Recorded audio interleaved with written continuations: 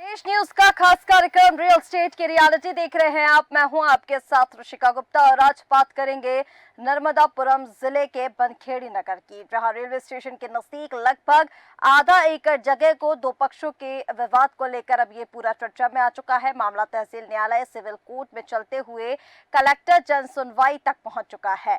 जन सुनवाई में मामला आने के बाद कलेक्टर ने बनखेड़ी तहसीलदार को इस मामले की जाँच के लिए आदेश दिए, लेकिन आदेश के बाद भी मामला विचाराधीन होने के बाद भी निर्माण कार्य उस जगह पर, विवादित जगह पर जारी है और इसको लेकर तमाम सवाल अब खड़े हो रहे हैं। गौरतलब है कि इस व्यवसायिक जगह को लेकर नगर के प्रतिष्ठित दो परिवार, जिसमें एक पक्ष सुरेश जैन और दूसरा पक्ष आलोक माहेश्वरी का परिवार है। आलोक माहेश्वरी ने अपनी बेटी नंदिता माहेश्वरी के नाम पर जैन परिवार से लगभग आधा एकड़ जमीन खरीदी थी। इस जमीन के कुछ हिस्से पर जैन परिवार और माहेश्वरी परिवार का विवाद है, जहां सुरेश जैन ने अपनी जगह की नपती और सीमांकन और बाटान की बात करते हुए अपनी जमीन पर निर्माण की बात की जा रही है। माहेश्वरी परिवार की नंदिता माहेश्वरी ने सुरेश जैन पर अवैध रूप से जमीन पर कब्जे एवं दुकान तोड़ने का आरोप लगाया जा रहा है। सुरेश जैन द्वारा व्यावसायिक निर्माण किया जा रहा है, जबकि ये मामला न्यायालय में विचाराधीन है। फिर भी धड़ल्ले से सुरेश जैन निर्माण कार्य में लगा हुआ है। दूसरी तरफ पीड़िता नंदिता माहेश्वरी की नपाई तक नहीं की जा रही है। देखिए, दो पक्षों में विवादित जमीन जो है उसका मामला न्यायालय में विचाराधीन है। जन सुनवाई तक पहुंच चुका है। कलेक्टर ने इसको लेकर तहसीलदार को तमाम आदेश दिए हैं। उसके बाद भी विवादित जो जमीन है, जब विचाराधीन है ये पूरा मामला, तो निर्माण कैसे हो सकता है, ये बड़ा सवाल खड़ा हो रहा है। इस पर चर्चा करेंगे, तमाम मेहमान हमारे साथ जुड़ेंगे, लेकिन उसके पहले आइए आपको सुनाते हैं दीपांशु नामदेव, जो कि तहसीलदार है बनखेड़ी के, उन्होंने क्या कुछ कहा। देखिए, दोनों पक्षों के बीच में एक पक्ष है Nandita Maheshwari, daughter of Alok Maheshwari, and एक पक्ष है सुरेश चंद्र जैन। इन दोनों के बीच में भूमि से संबंधित विवाद है और जिसकी जन सुनवाई में कलेक्टर महोदय के समक्ष नंदिता माहेश्वरी उपस्थित हुई थी। उसके बाद हमारे न्यायालय में हम डे टू डे सुनवाई उनकी कर रहे हैं और भूमि संबंधित विवाद है, मौके पर बटांकन लाइन नहीं डली है, उसके लिए सुनवाई चल रही है। पूर्व से इस न्यायालय में स्टे जारी हुआ था। स्टे जारी होने के उपरांत एक बार फिर से स्टे जारी किया गया था और वो लगभग स्टे ऑर्डर एक महीने की अवधि के लिए मान्य था। उस अवधि में आवेदक पक्षकार के पास ये अपॉर्चुनिटी थी कि वो सक्षम न्यायालय से अपना अनुतोष प्राप्त कर सकते थे। तो ये तस्वीरें आपको दिखा रहे हैं तहसील कार्यालय की बनखेड़ी का ये पूरा मामला, जहां पर जमीन को लेकर पूरा विवाद छिड़ा हुआ है।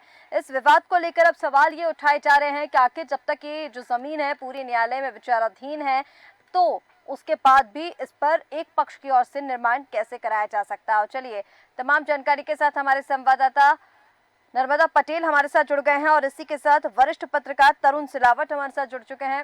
तरुण जी, आपका बहुत स्वागत है देश न्यूज पर। लेकिन नर्मदा जी, सबसे पहले मैं आप ही के पास आना चाहूंगी, इस पूरे मामले को लेकर क्या कुछ जानकारी है, पूरे विवाद को लेकर विस्तृत जानकारी दीजिए और उसके बाद तहसीलदार की ओर से क्या कुछ कहा गया, और जब ये पूरा मामला न्यायालय में विचाराधीन है तो इस पर निर्माण कार्य किसकी परमिशन से कराया जा रहा है, इसको लेकर भी बताइए।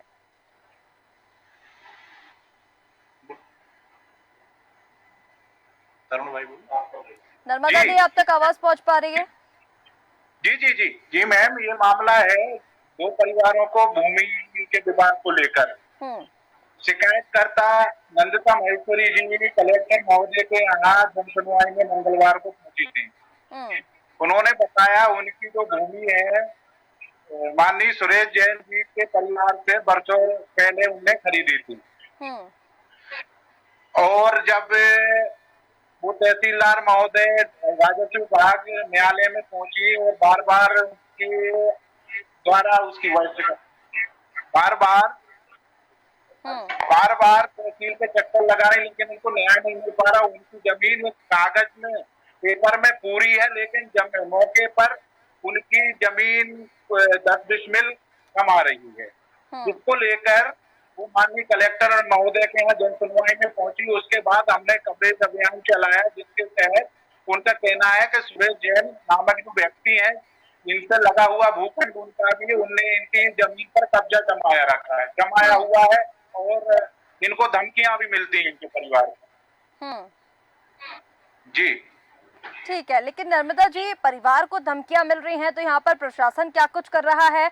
और इसके साथ साथ प्रशासन की जब हम बात कर रहे हैं तो यहाँ पर एक सवाल और ये उठ रहा है कि जब मामला विचाराधीन है तो यहाँ पर एक पक्ष की ओर से उस जमीन पर निर्माण कार्य कैसे कराया जा रहा है, इसको लेकर रोक टोक नहीं लगाई जा रही है क्या वहाँ पर? माननीय सेशन कोर्ट न्यायालय में ये दोनों पक्षों के द्वारा मामला विचाराधीन चल रहा है। उसके बावजूद सुरेश जैन नामक जो व्यक्ति हैं, वो उनका धड़ल्ले से निर्माण कार्य जारी है मौके पर, और दूसरी तरफ नंदिता महेश्वरी अपनी भूखंड को लेकर भूखंड को लेकर नप्पी के लिए दर दर भटकती फिर रही हैं। उनकी कोई सुनवाई नहीं हो रही। हमारी तहसीलदार महोदय से बात हुई तो तहसीलदार का कहना है कि दोनों को पक्षों की सुनवाई जारी है, और इस पे हम कुछ कर नहीं सकते। माननीय न्यायालय में ये मामला विचाराधीन है। ठीक है, ठीक है नर्मदा जी, हमारे साथ शिकायतकर्ता नंदिता महेश्वरी भी जुड़ गई हैं। नंदिता, इस पूरे मामले को लेकर आपसे जानना चाहेंगे। देखिए, अब दो पक्षों के बीच में विवाद तो है, लेकिन इस विवादित जमीन को लेकर जो आपने शिकायत की है उसके बारे में बताइए, और उसके बाद क्या कुछ आपको आश्वासन दिया गया है, और जिस तरह से निर्माण कराया जा रहा है दूसरे पक्ष की ओर से, इसको लेकर क्या कुछ जानकारी, प्रशासन इस पर क्या कुछ बोल रहा है, क्या धमकियां आपको दी जा रही है, जरा वो भी बताइए। मैम, जो हम चाह रहे हैं वो बस इतना सबके मतलब अधिकारियों के अकॉर्डिंग 1 एकड़ जगह है, तो फिर उनकी सफाई कैसे हो? तो हमारा बस ये कहना है कि हमारी सफाई कर दी जाए, और अगर बटांगन नहीं हुआ है पहले से, अगर कुछ डिफेक्ट है तो नक्शा दुरुस्त हो जाए और दोबारा बनाए।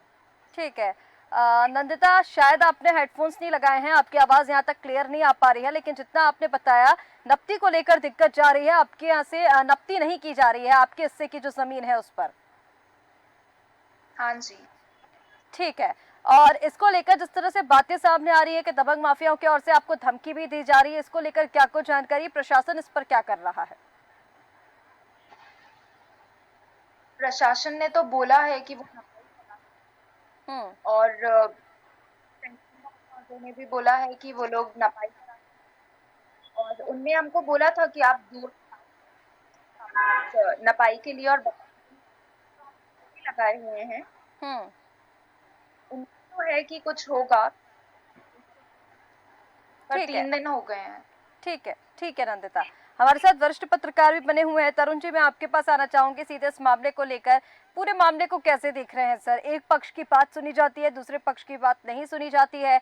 दूसरा पक्ष, जो एक पक्ष है, वो वहां पर निर्माण करना भी शुरू कर देता है, जबकि वो जो न्यायालय में पूरा मामला है वो विचाराधीन है। तो अगर उस मामले पर अभी कोर्ट में इसको लेकर चर्चा चल रही है, सुनवाई इस पर होनी है, तो फिर वहां पर निर्माण कैसे हो सकता है? और अगर निर्माण कराया जा रहा है तो उस पर प्रशासन रोक क्यों नहीं लगा रहा है? ये तमाम सवाल हैं सर। लेकिन इसको लेकर अब कहीं ना कहीं, अब जिस तरह से धमकी भी दी जा रही है पीड़ित परिवार को, तो कहीं ना कहीं अब देखिए किसी बड़ी अनहोनी होने का यहाँ पर इंतजार किया जा रहा है कि अगर इस तरह की लापरवाही की जा रही है तो। जी देखिए मैडम बहुत गंभीर है। पीड़ित पक्ष ने माननीय कलेक्टर महोदय के पास नर्मदापुरम जाकर कि हमने जो हमारा भूखंड हमारे पिताजी द्वारा हमें खरीद कर दिया गया था, तो मेरे पेपर मेरे नाम पे आए। ठीक है, अब जिसकी जमीन है, जिसके नाम पे ड्राइवर का नामांकन कंप्लीट है ऑलरेडी, वह अपनी जमीन कभी कब्जा नहीं कर, अपना कब्जा नहीं ले पा रहा। इससे पूर्व मंगलवार की बात है, पिछले मंगलवार को जनसभा में नंदिता महेश्वरी जी कलेक्टर महोदय नर्मदापुरम के समक्ष प्रस्तुत हुई, और उन्होंने वहां पर अपना एक शिकायत की, जिसमें उन्होंने ये शिकायत की कि मैं मेरी जमीन को नपाने के लिए तहसील कार्यालय में कई बार आवेदन कर चुकी हूँ, लेकिन मुझे यह कहकर नक्शे करने से मना करा दिया जाता है अधिकारियों द्वारा कि आपके प्लाट का भी बटांकन नहीं हुआ। ये एक पक्ष हो गया। जब बटांकन नहीं हुआ नंदिता महेश्वरी, दूसरा बाजू में लगा हुआ जो प्लाट है, जमीन करीब 1.5 एकड़ 40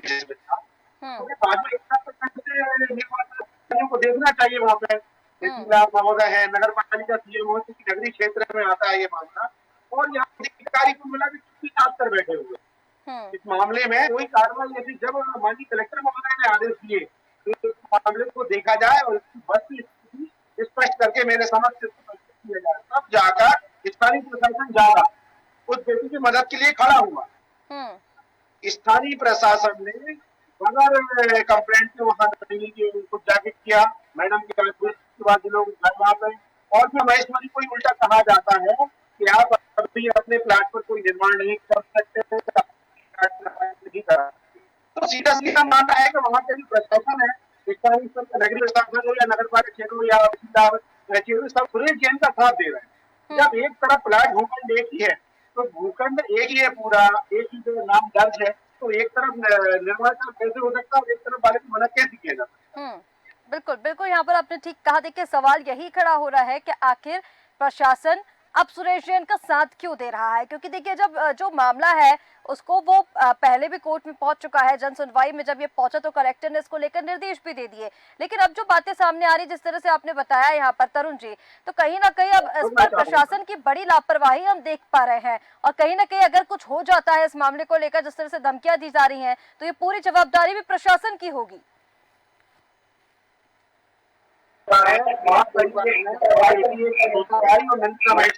नंदिता महेश्वरी के रिलाइज अटैक आ चुका है, उनका आधा घर काम नहीं करता है, लगभग घर में ये बिटिया है, बिटिया घर से आना जाना करती, बाजार आती, कल को कोई दुर्घटना होती स्वाभाविक रूप से प्रशासन को ऊपर जाएंगी। और सीधे सीधे मामला ये है कि जब एक मामला आपका न्यायालय में चल रहा है तो एक पक्ष कैसे कर सकता है? बिल्कुल बिल्कुल बिल्कुल ठीक कह रहे हैं तरुण जी, क्योंकि यहाँ पर कहीं ना कहीं सवाल देखिए तमाम यही खड़े हो रहे हैं कि अगर जो मामला है उस पर सुनवाई चल रही है, दोनों पक्षों की ओर से दलीलें भी सामने रखी गई है और लगातार इसको लेकर चर्चा चल रही है, तो निर्माण कैसे कराया जा रहा है? निर्माण अगर कराया जा रहा है तो फिर प्रशासन उस पर रोक क्यों नहीं लगाता है? और धमकियां जिस तरह से तरुण जी यहाँ पर दी जा रही हैं पीड़िता को या फिर पीड़ित परिवार को, तो कहीं ना कहीं ये भी बड़े सवाल खड़े करता है कि अगर धमकियां दी जा रही है तो फिर प्रशासन उस पर एक्शन क्यों नहीं ले रहा? ये तमाम सवाल है। लेकिन कहीं ना कहीं तरुण जी, ये पहला मामला नहीं है जो हम देख रहे हैं कि भूमाफिया ने कब्जा कर लिया और प्रशासन उसका साथ दे रहा है। प्रशासन की लापरवाही पहले भी सामने आ चुकी है पिपरिया से। इसको लेकर कोई ठोस कदम क्यों नहीं उठाए जाते हैं सरकार की ओर से? आपके इस चैनल के माध्यम से मांग करते हैं पीड़ित परिवार को पुलिस सुरक्षा प्रदान की जाए और सुरेश जैन के निर्माण कार्य पर तत्काल रोक लगे। ठीक है नर्मदा पटेल जी, इस पूरे मामले को लेकर अब जिस तरह से बातें सामने आ रही हैं, रोक लगनी चाहिए, एक्शन इस पर होना चाहिए, जांच होनी चाहिए कि आखिर निर्माण कार्य क्यों हो रहा है और निर्माण कार्य किसके संरक्षण में कराया जा रहा है। स्थानीय प्रशासन का इस मामले को लेकर क्या रुख है नर्मदा जी, आपसे जानना चाहेंगे, क्योंकि कहीं ना कहीं जिस तरह से अगर निर्माण कराया जा रहा है तो वहां पर देखिए पुलिस प्रशासन जो है उनके संज्ञान में तो मामला है ही, तो उसके बाद भी वो इस पर रोक क्यों नहीं लगा रहे हैं? ये बड़ा सवाल है, क्या कारण है रोक नहीं लगाने का? बिल्कुल मैम, हमारी तहसीलदार महोदय से हुई है, लेकिन उनका रुख हमको बिल्कुल साफ साफ नजर आ रहा है कि शिकायत करना नंदिता महेश्वरी है, उनके तरफ रुझान बिल्कुल नहीं है। सुरेश जैन के धनबल, रसूल बाहुबल के आगे सारा तंत्र पूरा फैल बैठा है, उनके आगे कोई बोलना नहीं चाहता। दूसरी बात मैं कहूँगा, इनके जो नंदिता महेश्वरी का भूखंड है, इनकी दुकानें भी रातों रात तोड़ी जाती है, जिसकी शिकायत पुलिस बनखेड़ी थाने में नंदिता महेश्वरी ने की है, लेकिन उसके बावजूद इनकी FIR दर्ज नहीं की गई और आज तक इनको न्याय नहीं मिला। आखिर सुरेश जैन ने रातों रात दुकान इनकी क्यों तोड़ी? ठीक है कहीं ना कहीं प्रशासन की यहाँ पर बड़ी लापरवाही सामने आ रही है और इस पूरे मामले को लेकर जिस तरह से बातें सामने आ रही हैं, इसको लेकर जांच होनी चाहिए, कड़ी कार्रवाई होनी चाहिए। आप सभी मेहमानों का हमारे साथ जुड़ने के लिए बहुत शुक्रिया। तस्वीरें आपको दिखा रहे हैं पिपरिया से, जहाँ किस तरह से दो पक्षों में विवाद तो हुआ, लेकिन की चर्चा का विषय इसलिए बना कि जब पूरा मामला न्यायालय में विचाराधीन है तो उस मामले जमीन पर, उस विवादित जमीन पर कोई एक पक्ष कैसे निर्माण कर सकता है, और अगर निर्माण किया जा रहा है तो फिर प्रशासन उस पर रोक क्यों नहीं लगा रहा है, क्योंकि वो न्यायालय में पूरा मामला है।